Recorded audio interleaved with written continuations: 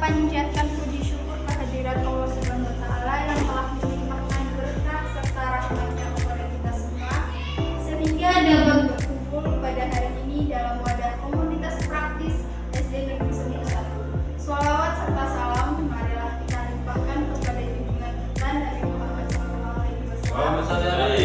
Semoga kita mendapat syafaatnya di yaumul akhir. Amin amin ya rabbal alamin. Sebelum memasuki acara pada hari ini, perkenalkan saya sebagai pembawa acara membacakan susunan acara pada hari ini. Yang pertama pembukaan, yang kedua sambutan kepala sekolah, yang ketiga acara inti, yang keempat tanya jawab, dan yang kelima penutup. Untuk acara yang pertama yaitu pembukaan, marilah kita buka acara pada hari ini dengan bacaan basmalah. Bismillahirrahmanirrahim. Untuk acara selanjutnya yaitu sambutan kepala sekolah kepada Bapak Muhammad Irwandi SPD untuk mewakili. Waktu dan tempat kami persilahkan.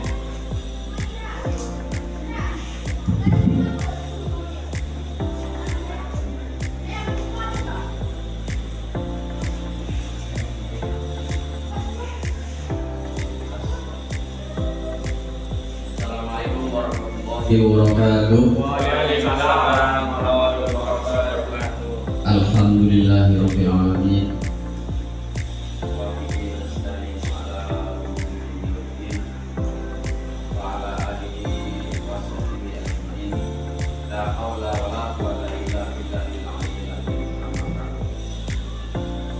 Yang terhormat Bapak Ibu guru SD Negeri Seni 1, khususnya pada Ibu Tias selaku calon guru penggerak tersebut, mudah-mudahan pada hari ini selalu sehat dan diberikan satu kekuatan, kesehatan dan Bapak dan Ibu, mari kita pertama-tama memanjatkan puja dan puji syukur kepada Allah Subhanahu wa taala yang telah memberikan rahmat, hidayah, inayahnya kepada kita semua sehingga pada pagi hari ini kita bisa bertemu bersilaturahim dalam acara yaitu menyebarkan pemahaman dan penerapan pengalaman budaya positif bagi Ibu Tias selaku calon guru penggerak angkatan 10. Mudah-mudahan selalu berkah. Kedua kalinya, mari kita selalu sanjungkan kalimah Allahumma sholli ala sayyidina Muhammad. Kita sanjungkan kepada Wasallam yang telah membawa kita mereformasi kita dari zaman jahiliyah penuh dengan iman dan Islam ini. Bapak dan Ibu guru, terima kasih atas kehadiran Bapak-bapak semua pada pagi hari ini. Kita hadir bersama di ruangan kelas ini dalam rangka untuk mendengarkan bersama tentang pemahaman serta penerapan pengalaman budaya positif dari Ibu Tias yang telah dan sedang mengikuti pendidikan guru penggerak angkatan 10 ini. Mudah-mudahan budaya positif yang didapat, ilmu yang didapat oleh Ibu Tias nanti bisa berimbas kepada kita semua. Yang kedua, Bapak dan Ibu, mari kita ikuti kegiatan ini dengan semangat, semangat kebersamaan, semangat untuk mendorong kawan, semangat untuk memberikan satu motivasi kepada rekan kita yang sedang mengikuti pendidikan guru penggerak angkatan 10 ini. Mudah-mudahan apa yang dikerjakan, apa yang dilaksanakan oleh Bu Tias menjadi satu motivasi bagi kita semua, sebagai motivator bagi kita semua untuk ikut bergabung atau ikut nanti kita mengikuti seperti jejak Bu Tias dan saya sendiri. Alhamdulillah, saya mohon izin mewakili kepala sekolah pada pagi hari ini untuk menyampaikan sesuatu yang harus kita bersamai ya, dalam rangka untuk menunjang serta mendorong tadi apa yang saya katakan. Mudah-mudahan kegiatan pada pagi hari ini untuk penerapan pengalaman budaya positif yang dilaksanakan oleh Bu Tias ini nanti kita ada manfaat untuk kita, sehingga kita mempunyai satu pengalaman bersama apa yang telah didapat oleh Bu Tias nanti juga berimbas pada kita semua. Bapak dan Ibu, itu saja yang bisa saya sampaikan pada pagi hari ini. Mudah-mudahan kita bermanfaat semua. Kurang lebihnya saya mohon maaf. Assalamualaikum warahmatullahi wabarakatuh. Demikian sambutan dari Bapak Ibu Wandi. Acara selanjutnya, acara inti yang akan dibawakan oleh Ibu Wandi Tiasti. Waktu dan tempat kami persilakan.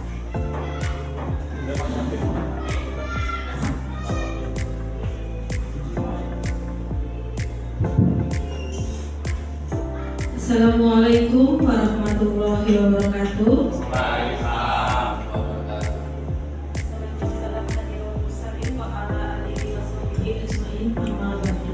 Yang saya hormati Bapak Kepala Sekolah 1 beserta rekan Dewan Guru SMP. Pertama-tama, marilah kita panjatkan puji syukur atas kehadiran Allah Subhanahu wa Ta'ala yang senantiasa mengirimkan berkat serta rahmatnya kepada kita semua, sehingga kita dapat berkumpul di sini dalam acara komunitas praktis SD Negeri Sembong 1. Salam serta salam marilah kita curahkan kepada junjungan kita Nabi Muhammad SAW. Semoga kita amin amin ya rabbal alamin. Bapak Ibu guru semuanya, terima kasih telah menyempatkan waktunya untuk saya. Di sini saya ingin memberikan penyebaran pemahaman dan penerapan pengalaman budaya positif. Sebelum memulai acara pada hari ini, terlihat sekali Bapak Ibu guru semua lelah sudah siang hari ini karena telah melakukan aktivitas yang begitu banyak dengan mengajar siswa, dengan tugas-tugasnya. Jadi kita refresh dulu pikiran kita sebelum memulai acara agar kita akan merasa bahagia, karena awal dari kebahagiaan itu kita akan dapat memasukkan ilmu-ilmu yang baru, pengalaman-pengalaman baru dengan bermanfaat. Nah, kita akan ber-ice breaking ya Bapak Ibu. Nah, clue-nya di sini ice breaking-nya yaitu perhatikan warna. Nah, di sini ice breaking ini fokus dan mengembangkan pemikiran konsentrasi ya. Kita harus konsentrasi. Nah, lanjut Pak. Nah, sekarang saya akan tunjukkan, nanti Bapak Ibu sebutkan warnanya. Hijau, kuning, biru, merah, hitam, oranye, merah. Nah, tadi ada yang bilang hitam, berarti masih belum konsentrasi. Hijau, oranye, kuning, biru, merah, biru. Oke, tepuk tangan. Berarti Bapak Ibu semuanya hari ini sudah konsentrasi, sudah refresh bagaimana? Sudah bahagia? Sudah. Mari kita mulai acara pada hari ini, yaitu tentang budaya positif. Nah, sekarang saya ingin tanya, menurut Bapak setelah mendengar kalimat budaya positif, apa yang ada dalam pikiran Bapak? Apa itu budaya positif? Coba ada yang ingin menyampaikan? Bapak Ibu, ada yang punya gambaran apa itu budaya positif? Kalau Pak Irwandi, ya, enggak Pak Irwandi. Kalau menurut saya budaya positif itu berarti karena ini positif, berarti yang baik-baik. Tentunya yang bisa membuat kita itu tergugah punya contoh kebiasaan yang harus kita laksanakan yang bernilai positif. Untuk apa? Yaitu untuk pengembangan kemajuan siswa khususnya. Contoh yang tadinya tidak biasa jadi terbiasa, itu ini menurut saya. Jadi contoh anak-anak itu sebelum mulai pelajaran kita baris dulu ya di depan kelas, latihan bersiap, kemudian latihan berbaris, juga latihan dan sebagainya itu. Misalkan cara bersalaman yang betul, cara menyampaikan yang betul. Itu menurut saya. Terima kasih, tepuk tangan dulu. Ya, betul Bapak Ibu. Budaya positif itu sesuatu yang kita warga sekolah. Jadi bukan hanya kita sebagai guru, tapi semua warga sekolah, dari murid, guru, ya, penjaga, semuanya kita melakukan budaya positif. Budaya, kenapa harus kalimatnya budaya? Karena budaya itu akan tumbuh dalam hati kita, dilakukan dengan senang hati dan keikhlasan. Ya, jadi akan membudayakan dari diri kita sendiri, tidak dengan paksaan. Ya, beda dengan peraturan. Ya, kalau peraturan dibuat oleh salah satu pihak dan ditaati oleh semua dengan rasa terpaksa, ya, dipaksa, ya. Jadi kalau budaya itu kita tumbuh dari dalam diri kita, dari intern kita menginginkan sesuatu budaya yang positif untuk diri kita. Nah, di sini untuk konsep inti budaya positif yang pertama yaitu perubahan paradigma belajar. Yang kedua, disiplin positif. Yang ketiga, nilai-nilai kebajikan. Terus yang keempat, kebutuhan dasar manusia. Lalu yang kelima, motivasi perilaku manusia. Serta yang keenam, posisi kontrol guru. Yang ketujuh, keyakinan kelas. Dan yang kedelapan, segitiga restitusi. Lanjut, Pak. Nah, di sini kita pembelajaran dengan paradigma baru. Nah, dengan sudut pandang baru. Pembelajaran dengan paradigma baru merupakan pembelajaran yang dirancang berdasarkan prinsip pembelajaran diferensiasi, sehingga para peserta didik belajar sesuai dengan kebutuhan berdasarkan tahap perkembangan sesuai teori psikologi modern untuk mewujudkan profil pelajaran Pancasila. Nah, sekarang Bapak Ibu, saya ingin tanya, apa itu pembelajaran diferensiasi? Apakah Bapak sudah pernah mendengar ataupun sudah menerapkan? Silakan, ada yang mau menjawab? Bapak Arif katanya tadi mau menjawab. Belum pernah mendengar, Bu. Itu apa itu pembelajaran diferensiasi, Bu? Baik. Nah, kata Pak Arif belum pernah mendengar. Bapak Ibu juga mungkin asing dengan apa itu pembelajaran diferensiasi. Pembelajaran diferensiasi itu pembelajaran yang mengedepankan kepentingan anak, ya, yang menurut perkembangan anak sesuai dengan kodrat alam. Kodrat alam itu anak itu, jadi kita harus merubah pemikiran. Anak itu dilahirkan tidak semuanya memiliki kemampuan yang sama, dengan umur yang sama, dengan kelas yang sama, belum tentu anak memiliki kemampuan yang sama. Dengan pembelajaran diferensiasi, kita berusaha mengemas suatu pembelajaran agar setiap anak itu memiliki hak untuk mendapatkan pembelajaran yang sama, tetapi dengan konsep yang berbeda. Jadi cara diferensiasi ini kita mengelompokkan setiap anak sesuai dengan kemampuannya, ya, kodrat alamnya. Nah, coba saya ingin tanya, saat Bapak Ibu mengajar anak dalam satu kelas, ada yang pintar, ada yang sedang, ada yang kurang pintar. Saat itu Bapak Ibu memberikan pembelajaran, bagaimana lebih susah mana dengan kelas yang beragam kemampuan atau yang dikelompokkan kemampuannya? Nah, dulu saya juga memiliki pemikiran yang keliru saat saya mengelompokkan suatu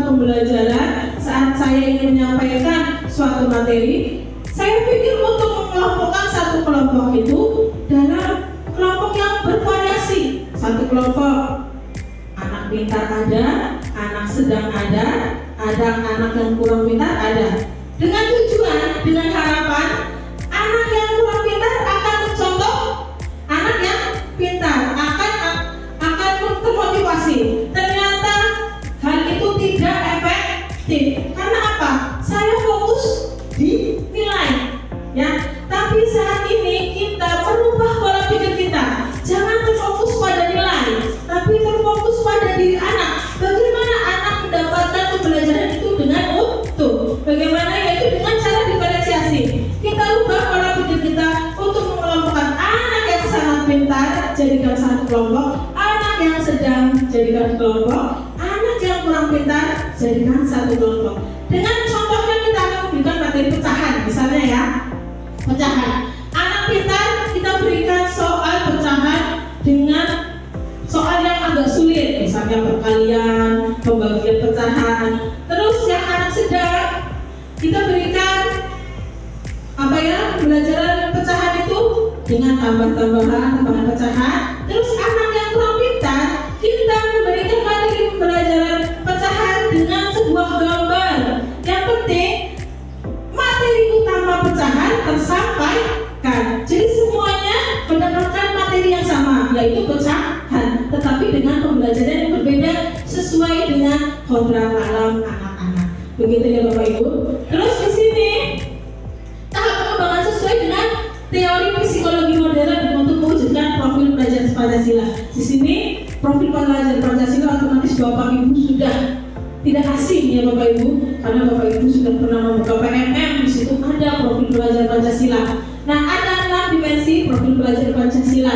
Yang pertama yaitu beriman dan bertakwa kepada Tuhan Yang Maha Esa. Yang kedua berkebinekaan global. Yang ketiga gotong royong. Yang keempat kreatif. Yang kelima bernalar kritis. Dan yang keenam mandiri. Lanjut Bapak. Nah, di sini miskonsepsi tentang teori kontrol. Miskonsepsi, jadi kesalahpahaman kita. Kita salah menafsirkan atau salah mengartikan sebuah teori kontrol. Kita keliru bahwa guru dapat mengontrol murid, ya. Jadi kita sebagai guru dapat mengontrol murid, itu teori yang salah. Karena apa? Sebenarnya yang dapat mengontrol murid adalah murid itu sendiri, ya. Yang kedua yaitu ilusi bahwa semua penguatan positif efektif dan bermanfaat. Nah, sebenarnya semua penguatan positif dan penguatan positif itu tidak selamanya efektif. Biasanya hanya teringat 1 minggu saja, setelah itu terulang lagi seperti itu. Yang ketiga, ilusi bahwa kritik dan membuat rasa bersalah mampu menguatkan karakter. Nah, kadang kita sebagai guru hanya memberikan kritik, ya, dan membuat rasa bersalah saat anak melakukan kesalahan. Padahal itu hanya berlaku beberapa hari saja. Kamu nakal sekali, kamu gimana sih, nggak satu kasihan sama ibu dan sampai ngajar dan menarik. Itu hanya bertahan beberapa hari saja saat mereka masih ingat. Tapi saat mereka lupa ya akan melakukannya kembali, ya. Terus selanjutnya yang keempat, ilusi bahwa orang dewasa berhak memaksa. Kadang kita sebagai orang dewasa itu egois, ya Bapak Ibu. Egois atau tidak kadang? Kadang kita merasa tua, ya yang kecil harus turun sama kita. Seperti itu Bapak Ibu. Betul atau tidak? Nah iya, jadi paradigma ini kita rubah pemikirannya. Lanjut Bapak. Nah di sini kita diminta untuk mengubah paradigma stimulus respon ke pendekatan teori kontrol. Yang pertama yaitu kita awalnya berpikir realistis, kebutuhan kita sama, ya. Kita saat ini memikirkan semua anak memiliki kebutuhan yang sama. Padahal kenyataannya menurut teori kontrol yaitu semua kebutuhan manusia itu berbeda-beda. Otomatis kebutuhan saya dengan kebutuhan ibu dan bapak semuanya berbeda. Terus yang kedua, semua orang melihat yang hal sama. Nah, semua kita itu kadang merasa menganggap semua orang akan menganggap sesuatu hal sama dengan kita. Padahal kenyataannya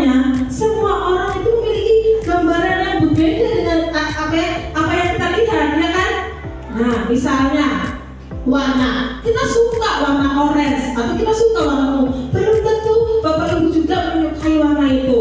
Jadi kenyataannya bahwa kita semua tidak memiliki pandangan yang sama tentang ini. Ya. Nah, selanjutnya kita mencoba merubah orang untuk berpandangan sama. Nah, kita mencoba merubah orang.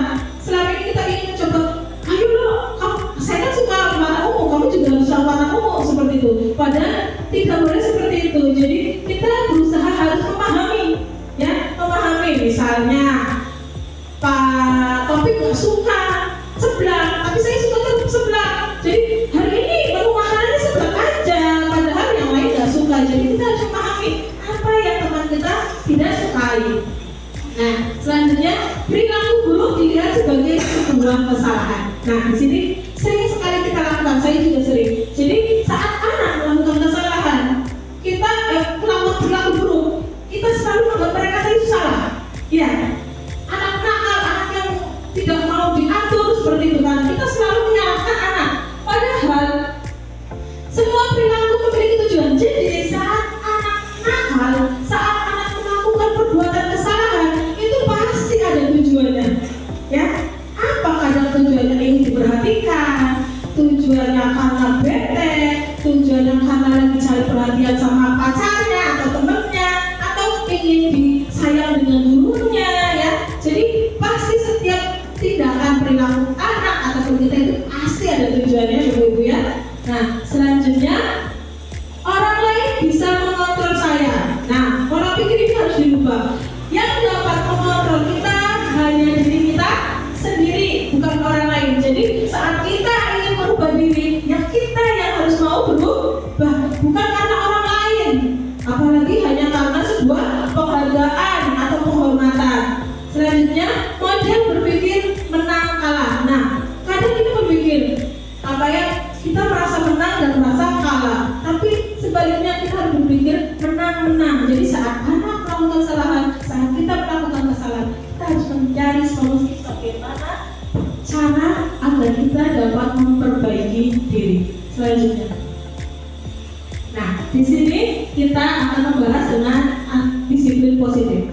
Disiplin berasal dari kata disiplinia yang artinya belajar. Ya, disiplin mengacu pada disiplin diri yang memiliki tanggung jawab terhadap apa yang kita lakukan berdasarkan nilai-nilai yang diyakini. Disiplin positif merupakan salah satu cara menerapkan disiplin yang bertujuan untuk menumbuhkan kesadaran serta memberdayakan peserta didik tanpa imbalan, penghargaan atau reward, ancaman atau hukuman. Nah, di sini berarti saat kita melakukan disiplin itu harus dengan kesadaran diri, bukan karena sebuah hukuman ataupun penghargaan. Kadang selama ini yang kita jalankan di sini sebuah peraturan, anak akan terpaksa melaksanakannya, ya, hanya karena takut dengan hukuman, ya, takut dengan ancaman, atau hanya ingin diberi penghargaan. Nah, sebagai pendidik tujuan kita adalah menciptakan peserta didik yang memiliki disiplin diri sehingga mereka berperilaku mengacu kepada nilai-nilai kebajikan universal dan memiliki motivasi intrinsik dalam perubahan perilaku ke arah yang lebih baik.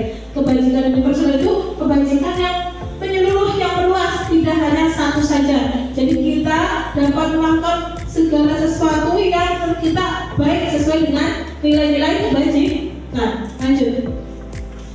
Nah, di sini nilai-nilai kebajikan yang contoh-contohnya yaitu di profil Pancasila, yaitu beriman, bertakwa kepada Tuhan Yang Maha Esa dan berakhlak mulia, berkebinekaan global, gotong royong, mandiri, kreatif dan bernalar kritis. Menurut Ibu Primary Years Program, nilai kebajikan yaitu toleransi, rasa hormat, integritas, mandiri, menghargai, antusias, empati, keingintahuan, kreatif, kerjasama, percaya diri, dan komitmen. Lalu, menurut keterampilan hidup, nilai-nilai kebajikan yaitu dapat dipercaya, lurus hati, pendengar yang aktif, tidak merendahkan orang lain, dan memberikan yang terbaik dari kita. Saya yakin Bapak Ibu sudah mendapatkan atau sudah menerapkan semua nilai-nilai kebajikan yang ada di sini. Lanjut coba. Nah, di sini kebutuhan dasar manusia. Kebutuhan dasar manusia adalah segala sesuatu yang kita lakukan untuk mendapatkan apa yang kita inginkan. Seluruh tindakan yang kita lakukan memiliki tujuan tertentu dan semua usaha terbaik yang kita lakukan adalah dalam rangka agar kebutuhan dasar kita terpenuhi dengan baik. Lanjut Pak. Nah, di sini ada 5 kebutuhan dasar manusia. Yang pertama, bertahan hidup. Nah, di sini bertahan hidup contohnya makanan, pakaian, tempat tinggal, keamanan dan kesehatan. Lalu yang kedua, kebutuhan akan kasih sayang dan rasa diterima. Nah, di sini nanti kita akan bisa menerapkan. Sebenarnya anak ini saat melakukan kesalahan, melakukan perbuatan itu, kebutuhan apa yang ingin mereka penuhi dari 5 ini. Nah, nanti kita akan dapat mencarikan solusi dan bagaimana cara menanganinya. Nah, yang kedua, kasih sayang dan rasa diterima. Itu yaitu rasa diterima, dipedulikan, berbagi, kerjasama, menjadi bagian dalam kelompok. Lalu kebutuhan akan penguasaan. Penguasaan yaitu menghargai diri, keinginan untuk dianggap, memimpin, berprestasi, didengar. Nah, itu penguasaan. Kadang kita ingin didengar, ingin dihargai, itu berarti kebutuhan dasar manusia atas penguasaan. Selanjutnya kebutuhan dasar manusia yaitu kebebasan. Nah, kebebasan di sini contohnya mandiri, memiliki pilihan, mencoba hal baru, mampu mengendalikan arah diri. Nah, jadi berarti kebebasan. Nah, contohnya misalnya ke siswa, saat siswa lari-lari, berarti kenapa kamu saat pelajaran lari-lari? Ternyata anak ini butuh kebebasan, ingin mengeksplorasi diri, seperti itu. Lanjut, kebutuhan dasar manusia yaitu kesenangan. Nah, itu otomatis kita juga butuh kesenangan. Contohnya bermain, humor, antusiasisme, terus tertawa. Nah, kita butuh tertawa ya Bu ya. Nah, untuk terlihat bahagia. Lanjut, motivasi perilaku manusia. Saat kita melakukan perilaku, kita pasti ada motivasi. Setiap anak melakukan perbuatan pasti ada motivasi melakukan hal itu. Yang pertama yaitu motivasi untuk menghindari ketidaknyamanan ataupun hukuman. Yang kedua, motivasi untuk mendapatkan imbalan atau penghargaan dari orang lain. Yang ketiga, untuk menjadi orang yang mereka inginkan dan menghargai diri sendiri dengan nilai-nilai yang mereka percaya. Untuk motivasi pertama dan kedua termasuk dengan motivasi eksternal dari luar. Nah, untuk motivasi 1 dan 2 itu sifatnya sementara. Nah, saat kita ingin merubah dengan motivasi 1 dan 2 itu sifatnya sementara, tidak selamanya, tidak akan merubah karakter anak ya. Mereka hanya sementara karena mereka merasa takut dihukum dan ingin imbalan. Tetapi motivasi yang efektif adalah motivasi yang ketiga, yaitu motivasi internal, yaitu motivasi dari diri kita sendiri dengan nilai yang kita percayai. Kita percaya bahwa menjadi orang baik itu adalah keinginan kita. Lanjut Pak. Nah, selanjutnya yaitu hukuman, konsekuensi, dan restitusi. Hukuman yaitu tidak terencana. Ya, saat itu memberi hukuman pasti tidak terancam. Nah, biasanya saat menyikapi anak tidak pakai sepatu, biasanya diberi hukum. Nah, tidak terencana tiba-tiba karena kejadiannya tiba-tiba. Terus murid tidak tahu apa yang akan terjadi. Nah, murid juga tidak akan tahu apa yang akan mereka dapatkan atau apa yang akan mereka dapat hukuman apa. Nah, lanjut tidak dilibatkan atau murid juga tidak dilibatkan saat memberi hukuman. Ya kan? Saat kita memberikan hukuman kepada murid itu, murid juga tidak akan dilibatkan karena kita yang menghukum. Lalu bersifat satu arah ya, kita hanya dari guru. Terus berupa hukuman fisik atau psikis. Biasanya kalau hukuman itu berupa hukuman fisik ya Bu ya, biasanya kebanyakan itu suruh push up, suruh lari lapangan, seperti itu ya. Nah, yang kedua konsekuensi. Nah, kalau konsekuensi itu terencana. Biasanya konsekuensi itu terencana dan disepakati oleh semua anggota warga sekolah. Terus disepakati sesuai dengan peraturan murid tetapi murid dibuat tidak nyaman karena terpaksa. Biasanya konsekuensi itu terpaksa. Kalau kamu misalnya ya, kalau kamu datang terlambat push up 10 kali, ya itu berarti konsekuensi sudah disepakati satu kelas. Lanjut yang kedua, restitusi. Restitusi itu proses menciptakan kondisi bagi murid untuk memperbaiki kesalahannya. Muter-muter.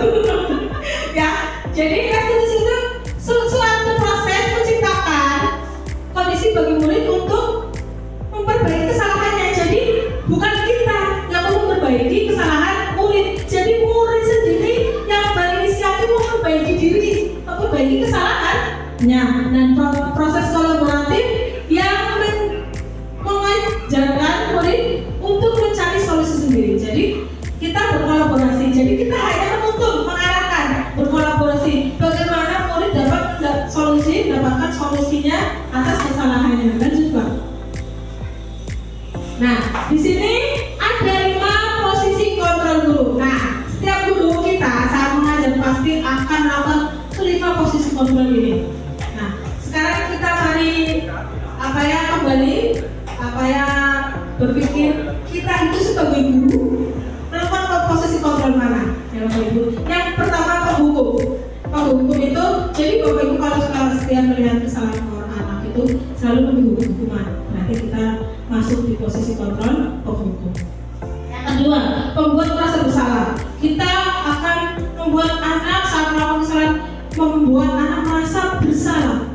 Gimana sih kamu gak kasihan sama ibu? Ibu udah dari jauh-jauh berangkat dari larangan ke Sembu, capek-capek ngajar kamu tapi kamu gak mau dengerin. Itu contoh membuat rasa bersalah. Yang ketiga, posisi kontrol menjadi guru teman. Nah, di sini ada pasti yang menerapkan menganggap muridnya sebagai teman. Ada kekurangannya saat kita membuat posisi kontrol sebagai teman. Kadang rasa hormat, rasa menghormati guru itu agak menipis ya, agak berkurang. Lanjut, pemantau. Nah, posisi kontrol pemantau itu kita hanya memantau, melihat, oh anak ini lagi nakal, oh anak ini kekurangannya ini, oh anak ini sedang melakukan itu. Jadi hanya memantau saja tanpa melakukan tindakan. Yang kelima, posisi manajer. Nah, posisi ini yang terbaik untuk kita. Posisi manajer itu, lanjut Pak. Nah, di sini, nanti yang kita akan bahas tentang posisi manajer di selanjutnya, nanti kita akan bahas lebih dalam lagi. Nah, selanjutnya itu keyakinan kelas. Nah, Bapak Ibu sudah pernah dengar keyakinan kelas? Nah, keyakinan kelas itu yaitu bersifat abstrak. Nah, berupa pernyataan universal. Jadi peraturan dan keyakinan kelas itu berbeda. Kalau peraturan itu dibuat oleh satu pihak saja, tapi untuk keyakinan kelas itu kita buat kesepakatan bersama dengan murid, dengan warga sekolah, kepala sekolah, dan rekan guru. Ya, jadi semuanya dilibatkan. Nah, dipatuhi semuanya. Jadi sebenarnya Bapak Ibu, ayo kita kembali berpikir. Jadi saat kita ingin murid kita memulai budaya positif, harusnya dari siapa dulu? Betul, dari guru dulu. Guru itu sesuai dengan filosofi Ki Hajar Dewantara, yaitu ingat susutulodo. Ya, ingat susutulodo, yaitu guru sebaik-baiknya guru adalah contoh baik bagi muridnya. Ya Bapak Ibu, jadi bagaimana muridnya mau disiplin, tapi gurunya sendiri tidak mencerminkan disiplin. Ya, bagaimana muridnya ingin patuh, tapi terlihat gurunya itu tidak patuh. Jadi sebaik-baiknya guru adalah contoh terbaik untuk muridnya. Nah, selanjutnya di sini dibuat dengan pernyataan positif. Jadi keyakinan kelas ini dibuat dengan pernyataan positif, bukan negatif. Contoh negatif, dilarang buang sampah sembarangan, itu kalimat negatif. Ya, kalau positif itu menjaga lingkungan, itu berarti maksudnya kalimat positif. Tanpa kalimat dilarang, tidak boleh, itu berarti maksudnya kalimat negatif. Dan bermakna universal. Universal itu misalnya kalau hanya mau buang sampah pada tempatnya, itu berarti contohnya menjaga lingkungan dari membersihkan, menyapu, membuang sampah, yang merawat, itu semuanya menjaga lingkungan.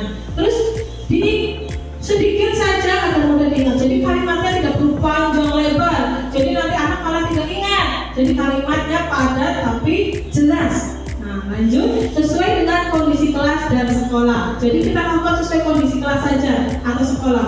Nah, agar misalnya contohnya ya, menjaga lingkungan, tapi misalnya di halaman kita tidak ada taman, berarti kita tidak mungkin kan menanamkan budaya positif, menanam tanaman hijau ya, karena kita tidak punya halaman seperti itu.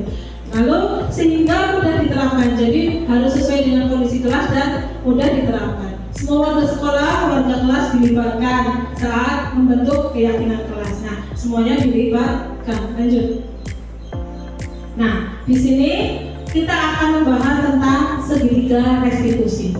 Nah, segitiga restitusi itu yaitu suatu proses dialog ya Bu ya, berarti kita berkolaborasi, berdialog, dijalankan oleh guru agar dapat menghasilkan murid yang mandiri dan bertanggung jawab. Di sini kita mengharapkan murid kita mandiri, nah, menanamkan rasa tanggung jawab. Yaitu yang pertama, menstabilkan identitas. Yang kedua, validasi tindakan yang salah. Yang ketiga, menanyakan keyakinan. Lanjut Pak. Yang pertama yaitu menstabilkan identitas. Berdasarkan prinsip bahwa membuat kesalahan adalah bagian dari pembelajaran. Jadi saat kita menstabilkan identitas itu jangan langsung menyalahkan anak. Jadi sebuah tindakan kesalahan adalah sebagai pembelajaran. Ya, kita semua pasti melakukan hal yang sama. Berbuat salah itu wajar. Nah, dengan prinsip itu, jadi kita merasa berbuat salah itu wajar. Nah, kita manusia, bukan malaikat, ya kan, Bapak Ibu? Jadi kita pasti melakukan kesalahan. Tidak ada manusia yang sempurna. Betul, semua manusia itu tidak sempurna. Nah, lanjut, Ibu Bapak juga pernah melakukan itu. Jadi kalimat-kalimat yang kita lontarkan saat anak melakukan itu, iya, Bapak juga dulu pernah nakal kayak gitu. Jadi membuat suatu kesalahan itu hal yang pasti orang lain pernah lakukan ya. Jadi bukan hal yang luar biasa. Jadi merasa anak itu merasa bersalah sekali. Zaman kita juga pernah melakukan itu. Terus kamu berhak merasa begitu. Jadi saat anak merasa kesal, merasa marah, itu sebenarnya juga mereka memiliki hak ya untuk marah. Kita juga pernah mengalami marah. Jadi kita punya hak untuk marah. Nah, selanjutnya validasi tindakan yang salah. Nah, di sini kita memvalidasi kesalahan anak tentang tindakan yang salah. Berdasarkan prinsip setiap perilaku berupaya untuk memenuhi suatu kebutuhan tertentu. Nah, di sini contoh kalimatnya, kamu pasti punya alasan mengapa melakukan itu. Nah, ya kan? Jadi saat kita memvalidasi, kita mengatakan kepada murid kita, nah, saat kamu bolos, kamu pasti punya alasan kenapa kamu bolos. Nah, dari prinsipnya tadi, setiap tindakan itu pasti ada tujuannya. Nah, kamu patut bangga karena telah melindungi sesuatu yang penting bagi kamu. Jadi saat anak rebutan tuh, contohnya rebutan misalnya tas, pada tasnya ini sampai berantem sampai jatuh, akhirnya berantem kan, masuklah guru mendatang. Jadi kalau malah rebutan tas bahaya, ada kan gitu ya. Jadi boleh Bapak Ibu itu memberi penguatan bahwa kamu apa yang patut bangga karena kamu melindungi sesuatu yang penting bagi kamu. Nah, kamu melakukannya karena kamu mempertahankan sesuatu penting bagi kamu. Nah, begitu lanjut. Selanjutnya, menanyakan keyakinan. Nah, di sini apa ya proses akhir dari restitusi, yaitu menanyakan keyakinan. Berdasarkan prinsip teori kontrol bahwa pada dasarnya kita termotivasi secara intrinsik. Nah, apa keyakinan yang kelas yang kita tanyakan dulu kepada murid saat melakukan kesalahan. Keyakinan kelas apa yang kamu lakukan? Apa keyakinan kelas kamu yang kamu lakukan seperti itu ya? Nilai-nilai apa yang telah disepakati bersama? Jadi saat melakukan keyakinan kelas itu nilai yang disepakati bersama yang kamu lakukan itu apa? Jadi memvalidasi, menanyakan keyakinan yang mereka lakukan.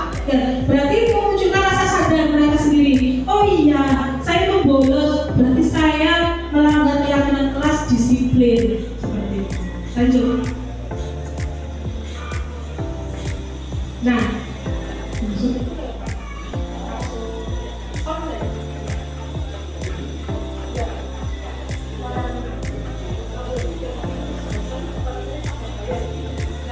di sini ada contoh tindakan restitusi. Perlu disuarakan atau tidak Bapak Ibu?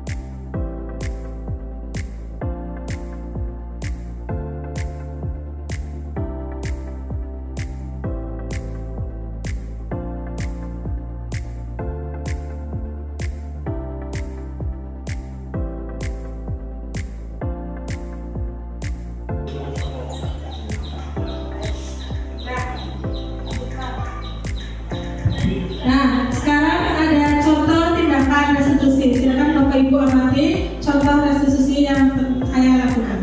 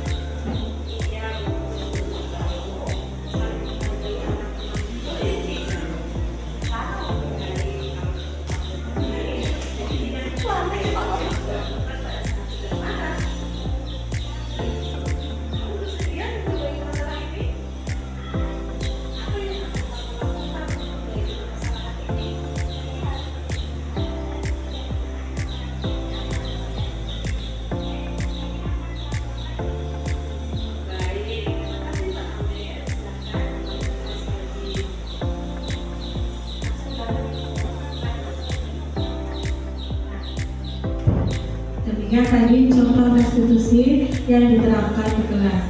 Nah, di akhir penghujung acara Bapak Ibu, demikian pengimbasan materi disiplin positif yang telah saya sampaikan. Semoga bermanfaat bagi Bapak Ibu semuanya.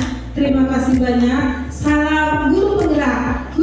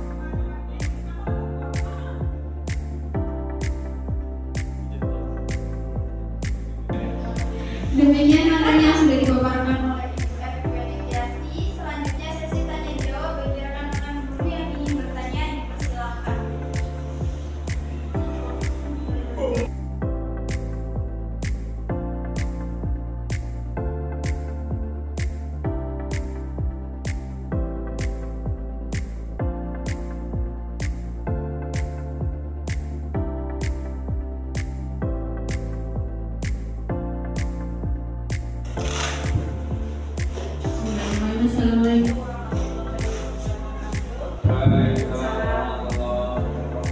Ya, tadi dijelaskan tentang posisi kontrol kita sebagai manajer itu sendiri, tapi tadi belum menjelaskan ya, mohon diterangkan seperti apa.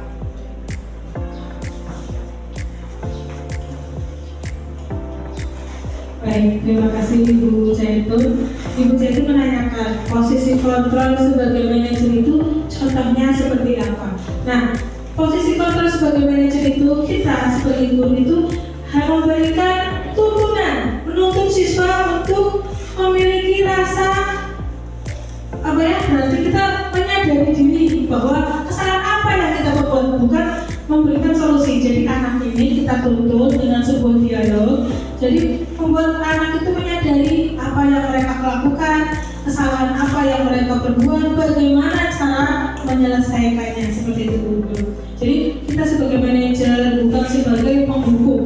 Kalau penghukum, setiap kita melihat sebuah kesalahan, kita langsung menghukum anak. Ya, kita sebagai teman kita langsung, gimana sih kamu lakuin itu, kamu gak kasihan sama ibu. Nah, itu posisi sebagai teman. Nah, tapi di sini sebagai manajer kita harus mencari tahu dulu permasalahannya itu apa. Ya, kita dialog dengan murid dengan segitiga restitusi, menggunakan segitiga restitusi, yaitu menstabilkan identitas dulu. Jadi apa yang diperbuat anak, dengan tujuan apa dia melakukannya. Terus mereka harus menyadari apa yang mereka langgar, apa yang mereka langgar dari keyakinan kelas yang mereka sepakati. Lalu bagaimana solusi mereka untuk dapat merubah diri, seperti itu. Cukup jelas? Oke, terima kasih.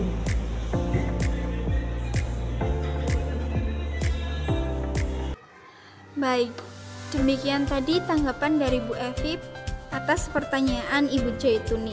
Semoga dapat menjawab kegundahan Bu Zaituni. Berikutnya, silakan kepada Bapak Ibu yang ingin bertanya. Adakah Bapak Ibu? Bila tidak ada, izinkan saya pribadi mengajukan pertanyaan, apa diperbolehkan? Assalamualaikum warahmatullahi wabarakatuh. Baik, terima kasih banyak Bu Evi atas kesempatan yang diberikan sebelumnya. Perkenalkan, nama saya Arsita Melani Putri. Izin bertanya nih Bu Evi. Seperti yang tadi Ibu Evi paparkan tentang motivasi manusia, di mana Ibu Evi membaginya menjadi dua, yaitu intrinsik dan ekstrinsik. Ini sangat menarik sekali. Seperti yang dikemukakan Ibu Evi, sebuah hukuman dan penghargaan termasuk dalam motivasi ekstrinsik. Yang Ibu bilang tadi kurang tepat karena sifatnya sementara. Sedangkan pada kenyataannya banyak guru yang menggunakan motivasi ini untuk menangani siswanya, seperti halnya saya sendiri. Contohnya motivasi reward atau penghargaan. Bukankah itu motivasi positif guna meningkatkan minat siswa dalam belajar? Dan sering kita jumpai anak akan merasa senang saat mendapatkan penghargaan itu sendiri. Tolong dapat dijelaskan lebih rinci lagi Bu Evi, kenapa memberikan penghargaan itu kurang tepat dalam pembelajaran. Demikian pertanyaan dari saya, kurang lebihnya saya mohon maaf. Wassalamualaikum warahmatullahi wabarakatuh. Terima kasih atas pertanyaannya Bu Arsita. Pertanyaan yang sangat menarik sekali. Tadi yang Ibu Arsita tanyakan tentang motivasi eksternal, yaitu hukuman dan penghargaan. Nah, tadi Bu Arsita fokus pada motivasi penghargaan dan reward, Bu. Seperti halnya yang telah saya paparkan sebelumnya tentang motivasi manusia dalam memenuhi kebutuhannya. Yang pertama, motivasi rasa takut akan hukuman dan konsekuensi. Yang kedua yaitu motivasi akan penghargaan atau reward. Kedua motivasi ini saya golongkan dalam motivasi eksternal. Nah, seperti yang saya paparkan sebelumnya, bahwa motivasi eksternal itu kurang efektif dalam pembelajaran. Memang dalam kenyataannya bahwa motivasi penghargaan atau reward ini banyak sekali ya diterapkan oleh guru, tidak luput. Saya juga pribadi pernah menerapkannya. Tapi kenapa penghargaan tidak efektif? Sedangkan kenyataannya yang kita lihat sementara ini, penghargaan dapat memotivasi siswa dalam melakukan hal baik. Baik ibu semuanya, bapak ibu semuanya, sebuah penghargaan sah-sah saja diberikan, tetapi harus dalam waktu yang tepat, kondisi yang tepat. Misalnya contoh perlombaan menari. Kenapa perlombaan termasuk waktu yang tepat? Karena perlombaan itu sifatnya hanya sekali dan tidak temporer atau berkelanjutan. Tapi bila penghargaan itu kita terapkan dalam pembelajaran, pastinya ini kurang efektif karena penghargaan itu sendiri akan mengakibatkan kesenjangan antara siswa, seperti perselisihan, rasa tidak nyaman, karena kadang ada siswa yang tidak mendapatkan kesempatan mendapatkan penghargaan. Mungkin padahal siswa ini sangat sama semangatnya dengan yang mendapatkan penghargaan. Nah, ini muncullah ketidakadilan dalam kelas. Selain itu, penghargaan itu sendiri dapat berubah menjadi hukuman. Kenapa menjadi hukuman? Nah, penghargaan menjadi hukuman itu bagi siswa yang terbiasa mendapatkan penghargaan. Mereka merasa seperti dihukum oleh penghargaan itu sendiri.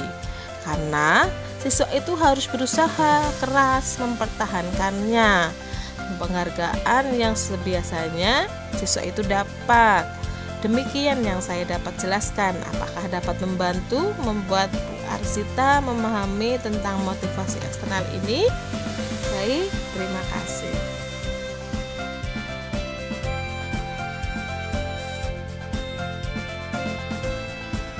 Assalamualaikum warahmatullahi wabarakatuh. Terima kasih atas kesempatan yang diberikan kepada saya untuk bertanya. Perkenalkan, nama saya Qurratul Ainia Arsila. Izin bertanya, seperti yang tadi Bu Evi paparkan sebelumnya tentang budaya positif. Jujur, saya sangat tertarik sekali dengan paradigma baru yang patut kita terapkan dalam pembelajaran.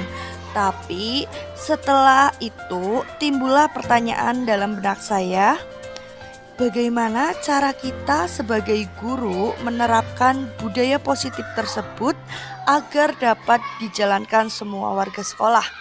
Terima kasih. Wassalamualaikum warahmatullahi wabarakatuh.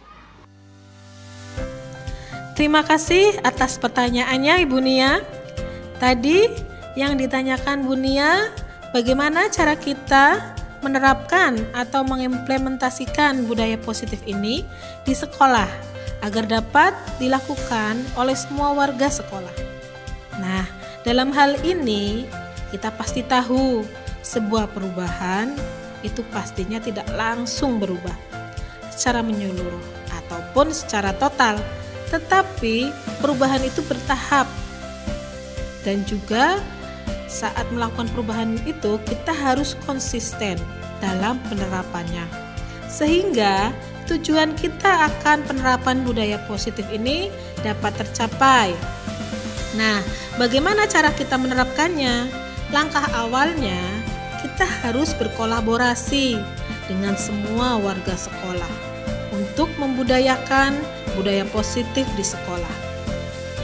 Kolaborasi ini melibatkan banyak pihak, dari kepala sekolah, guru, murid, komite, orang tua murid, agar semua dapat ikut serta berperan dalam menerapkan budaya positif ini. Karena kenapa orang tua dilibatkan? Agar orang tua juga dapat mengimplementasikan budaya positif ini di rumah, sehingga secara tidak langsung akan menjadi karakter kuat anak-anak mereka. Kita juga sebagai guru dapat memulainya dengan membuat keyakinan kelas di kelas kita.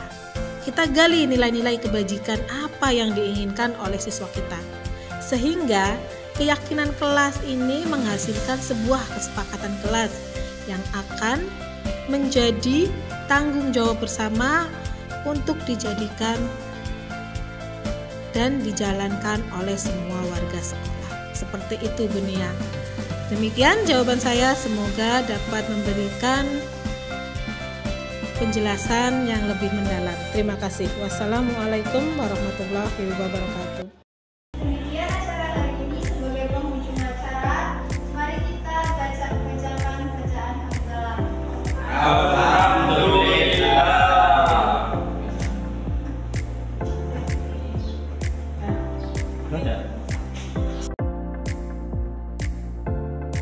Assalamualaikum warahmatullahi wabarakatuh. Waalaikumsalam warahmatullahi wabarakatuh. Apa kabar anak-anak? Alhamdulillah luar biasa. Iya, alhamdulillah luar biasa. Hari ini sangat semangat sekali. Nah, kali ini kita akan membahas tentang keyakinan kelas. Siapa yang tahu keyakinan kelas itu apa? Ada yang pernah dengar keyakinan kelas itu apa? Ada apa ya? Suatu hal atau peraturan yang Nah, iya, peraturan. Nah, bedanya keyakinan kelas dengan peraturan sama, tapi ada perbedaannya. Kalau peraturan itu dibuat oleh sekolahan dan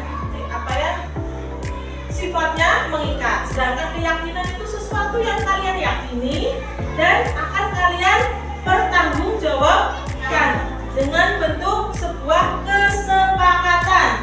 Ya, kalian membuat keyakinan yang ingin kalian buat untuk kelas ini, lalu kalian akan sepakati untuk dipertanggungjawabkan. Ya, paham ya? Nah, selain itu kita akan membuat kesepakatan untuk kelas kita, ya, untuk dipenuhi semua, tidak hanya sekedar siswa dan tentu juga guru juga akan mematuhinya. Apa itu keyakinan kelas? Keyakinan kelas itu berupa kalimat-kalimat positif, ya, bukan kalimat negatif, dan maknanya universal yang luas, tidak khusus, ya. Contohnya kalimat positif seperti ini: buanglah sampah pada tempatnya. Itu kalimat positif. Sedangkan negatifnya, dilarang membuang sampah sembarangan. Itu kalimat negatif. Kenapa bisa negatif? Karena tulisannya dilarang. Nah, dilarang itu berarti sebuah contoh kalimat negatif. Nah, kita kali ini akan membuat kesepakatan kelas dengan menggunakan kalimat-kalimat positif dengan makna universal. Misalnya, contoh tadi ya, membuang sampah pada tempatnya, ya, berarti masuknya dalam kategori apa? Misalnya menjaga lingkungan, ya. Kenapa universal menjaga lingkungan? Karena menjaga lingkungan itu bisa tidak hanya sekedar membuang sampah pada tempatnya, tapi merawat, menyapu, membersihkan, menyiram pohon, itu namanya semua masuk dalam lingkup menjaga lingkungan. Nah, berarti satu kalimat tapi maknanya luas. Beda kalau kita hanya menulis dilarang membuang sampah pada sembarangan, misalnya kayak gitu, itu berarti maknanya satu, hanya membuang sampah. Tapi kalau yang universal itu menjaga lingkungan, berarti dari membuang sampah, ya, dari membersihkannya, dari merawatnya, itu termasuk menjaga lingkungan. Nah, kali ini Ibu akan membagikan sticky note. Nanti kalian akan menuliskan keyakinan kelas apa yang kalian inginkan di kelas ini, ya. Kalian ingin kelas kalian itu seperti apa, ya? Silakan nanti dituliskan. Setelah kalian menulis dalam sticky note ini, nanti kalian tempelkan di papan keyakinan kelas. Nah, nanti Ibu akan menyortir atau menyamakan mana yang maknanya universal, satu makna, itu nanti kita akan sortir dia menjadi keyakinan kelas. Ya, baik, Ibu bagikan.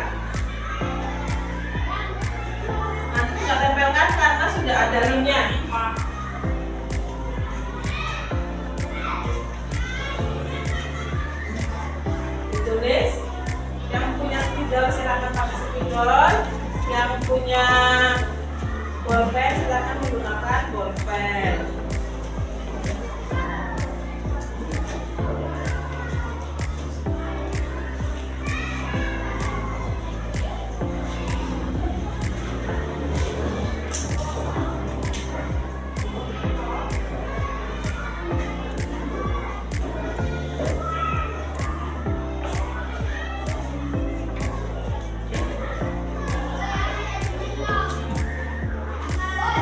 Silakan ditulis nanti yang sudah, tempelkan di kertas keyakinan kelas.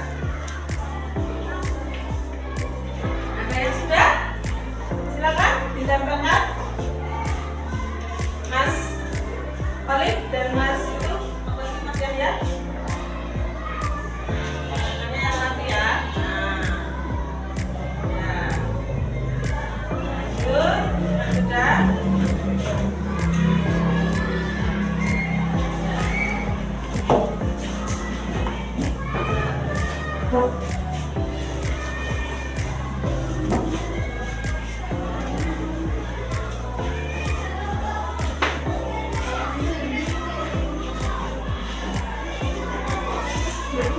Sekarang seperti itu ya.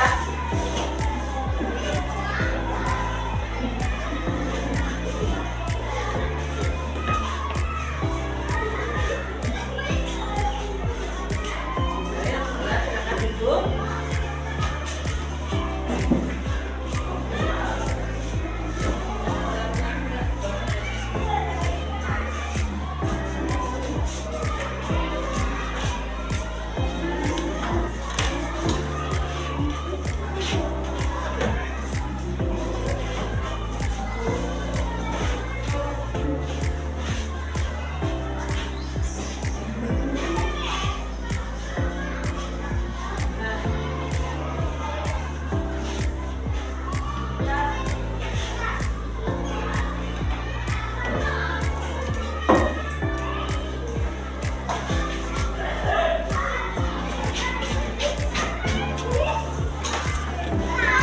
Sudah semua?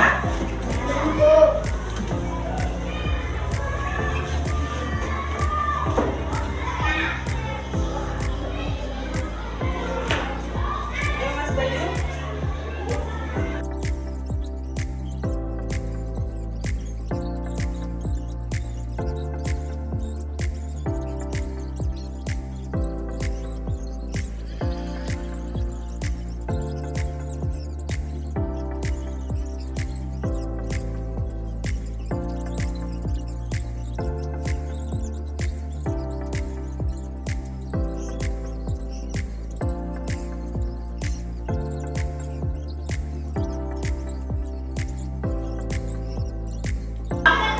Keyakinan jujur, disiplin, menghormati, mandiri, peduli, tanggung jawab, kerjasama, menjaga lingkungan, menghargai. Ada berapa tadi?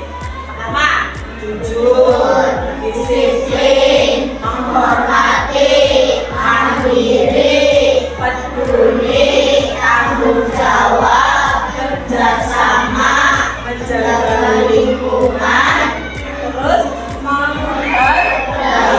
Ada 8 ya, ada 8 keyakinan kelas. Nah, ini disepakati tidak? Disepakati, berarti kalian karena sudah menyepakati keyakinan kelas ini, nanti kalian harus menerapkannya menjadi sebuah keyakinan kelas kalian, keyakinan kelas kalian untuk dapat menjalankannya. Nah, siap tidak menjadi orang jujur? Siap tidak menjadi anak disiplin? Siap menjadi orang menghormati? Siap tidak menjadi anak mandiri? Siap tidak menjadi anak yang peduli? Siap tidak untuk menjadi anak yang bertanggung jawab? Siap. Lalu siap tidak menjadi anak yang mau bekerja sama? Siap. Lalu siap tidak kalian untuk menjaga lingkungan? Siap. Siap tidak untuk menghargai sesama manusia?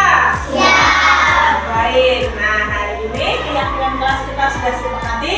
Marilah kita menjalankannya sekarang, besok, dan seterusnya. Assalamualaikum warahmatullahi wabarakatuh.